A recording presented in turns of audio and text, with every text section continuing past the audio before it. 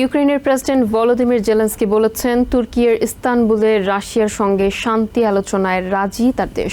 তবে তিনি সোমবার থেকে সম্পূর্ণ এবং স্থায়ী যুদ্ধবিরতির দাবি জানিয়েছেন। এদিকে ইউক্রেন ও রাশিয়ার মধ্যে শান্তি চুক্তি হওয়ার বিষয়ে সংশয় জানিয়েছেন প্রেসিডেন্ট ডোনাল্ড ট্রাম্প। রবিবার সামাজিক মাধ্যমে তিনি একথা বলেন। তারপরও পুতিনের আলোচনা প্রস্তাবে অবিলম্বে রাজি হতে জেলেনস্কির প্রতি আহ্বান জানিয়েছেন প্রেসিডেন্ট। যুদ্ধ বন্ধে রাশিয়ার প্রেসিডেন্ট ভ্লাদিমির পুতিনের সঙ্গে বৈঠকে বসতে ইউক্রেনের প্রেসিডেন্ট ভলোদিমির জেলেনস্কিকে চাপ দিয়েছেন প্রেসিডেন্ট ডোনাল্ড ট্রাম্প। আগামী বৃহস্পতিবার তুর্কির ইস্তানবুলে দুই নেতাকে আলোচনা টেবিলে বসার আহ্বান জানান তিনি।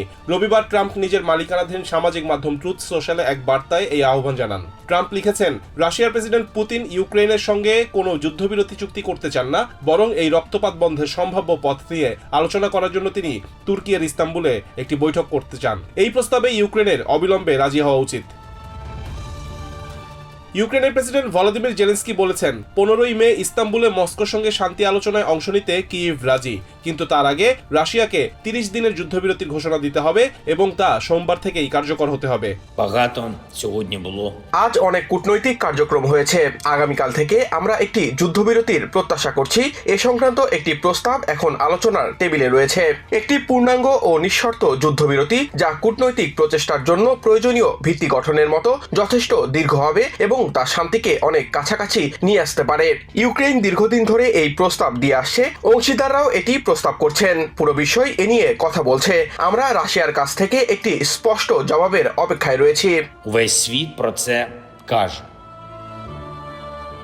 যুদ্ধবিরতির আলোচনা নিয়ে জেলেনস্কি বলেন, আর একদিনও হত্যাযজ্ঞ অব্যাহত রাখার পেছনে কোনো যুক্তি নেই। তারা আশা করছেন রাশিয়া যুদ্ধবিরতি নিশ্চিত করবে, স্বয়ংসম্পূর্ণ, টেকসই ও নির্ভরযোগ্য যুদ্ধবিরতি যা 12 মে থেকেই শুরু হবে এবং তখনই ইউক্রেন বৈঠকের জন্য প্রস্তুত থাকবে। রাশিয়ার যুদ্ধ শেষ করতেই হবে, এই হত্যাকাণ্ড থামাতে হবে। ইউক্রেনীয় বাহিনী ন্যায়সঙ্গতভাবে তাদের প্রতিক্রিয়া প্রদর্শনের জন্য প্রস্তুত থাকবে। আমাদের অংশীদারদের কাছ থেকে আমরা বারবার শুনেছি যে যদি পুতিন যুদ্ধবিরতির প্রস্তাব প্রত্যাখ্যান করেন তাহলে তারা রাশিয়ার ওপর নিষেধাজ্ঞা আরো জোরদার করতে প্রস্তুত। আমরা দেখব কি হয়। আর ইউক্রেনে আলোচনায় বসতে আমাদের কোনো সমস্যা নেই। আমরা যে কোনো ফরম্যাটে আলোচনার জন্য প্রস্তুত। জেলেনস্কি এও বলেন, অবশেষে রুশরা যে যুদ্ধবন্ধের বিষয়টি গুরুত্ব সহকারে বিবেচনায় নিয়েছে সেটি একটি ইতিবাচক ইঙ্গিত। জেলেনস্কি জানান, বিশ্ব এই মুহূর্তটির জন্য দীর্ঘ সময় ধরে অপেক্ষা করছিল এবং প্রকৃত অর্থে যে কোনো যুদ্ধবন্ধের প্রথম ধাপ হলো যুদ্ধবিরতি।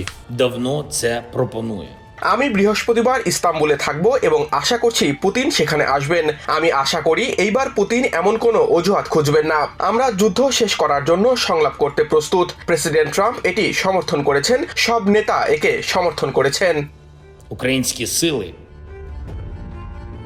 এদিকে যুদ্ধবন্ধে ট্রাম্প প্রশাসনের উদ্যোগ সফল করতে ইতিবাচক ভূমিকা না নিলে রাশিয়ার বিরুদ্ধে কঠোর ব্যবস্থা নিতে কংগ্রেসে আইন প্রণয়নের প্রস্তুতি নেওয়া হয়েছে বলে জানিয়েছেন সেনেট মেজরিটি হুইপ জন বারাসো। টেক্সাসের রিপাবলিকান কংগ্রেসম্যান মাইকেল ম্যাককল সিবিএস নিউজের এক অনুষ্ঠানে অভিযোগ করেন, যুদ্ধবন্ধের উদ্যোগ সফল করার ক্ষেত্রে রুশ প্রেসিডেন্ট ভ্লাদিমির পুতিন কোনো ধরনের ছাড় দিচ্ছেন না। বিশ্লেষকরা বলছেন, ট্রাম্পের প্রচেষ্টার কারণে যুদ্ধবিরতি নিয়ে দুই নেতা বৈঠকে বসতে রাজি হয়েছেন, যেটি ইতিবাচক। তবে foreign policy research institute fellow Maximilian Hess মনে করেন, সংঘাত এড়াতে দুই পক্ষের মধ্যে সমঝোতার জন্য এখনো অনেক কঠিন পথ পাড়ি দিতে হবে।